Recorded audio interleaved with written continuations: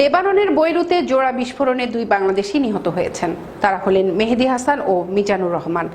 তারা আশরাফি এলাকায় নিহত হয়েছেন। এছাড়া 8 শ্রমিক রফিক হারিরি হাসপাতালে চিকিৎসাধীন আছেন।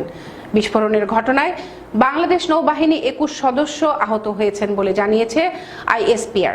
ভয়াবহ বিস্ফোরণের মৃতের সংখ্যা বাড়ছেই। এ ঘটনায় লেবাননে 3 দিনের জাতীয় শোক চলছে। ডেস্ক রিপোর্টে বিস্তারিত। লেবাননের রাজধানী বৈরুতে ভয়াবহ বিস্ফোরণের ঘটনায় বন্দরের একটি অনিরাপদ গুদামে হাজার হাজার টন অত্যন্ত বিপজ্জনক দ্রব্যকে সম্ভাব্য উৎস হিসেবে দেখা হচ্ছে। যে বিস্ফোরণের ধাক্কা পুরো রাজধানী জুড়ে অনুভূত হয়েছে ভূমিকম্পের মতো। মঙ্গলবারের সন্ধ্যার এই বিস্ফোরণে দেশটিতে এখন পর্যন্ত শতাধিক মানুষের মৃত্যু এবং 4000-এর বেশি মানুষ আহত হয়েছেন।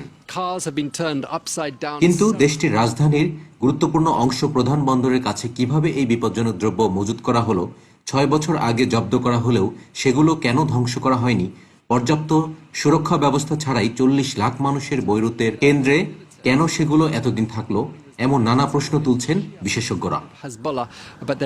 বৈরুতের বাসিন্দারা বলেছেন, বিস্ফোরণে পুরো শহর কেঁপে উঠেছে। শহরের ভবনগুলো ক্ষতিগ্রস্ত হয়েছে।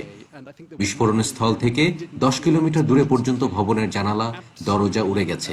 লেবাননের প্রধানমন্ত্রী হাসান দিয়াব বলেছেন, কোনো ধরনের নিরাপত্তা ব্যবস্থা ছাড়াই নাগরিকদের জীবন হুমকিতে ফেলে বৈরুতের বন্দরের গুদামে 6 বছর ধরে 2750 টন অ্যামোনিয়াম নাইট্রেট মজুত করে রাখা হয়েছিল। তিনি বলেন, এটি কোনোভাবেই গ্রহণযোগ্য হতে পারে না।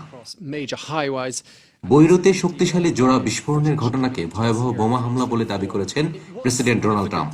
হোয়াইট হাউসের করোনা ভাইরাস ব্রিফিংয়ে এমন মন্তব্য করেন তিনি।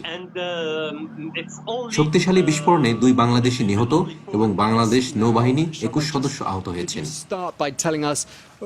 ডেস্ক রিপোর্ট, বিশ্ব বাংলা 24।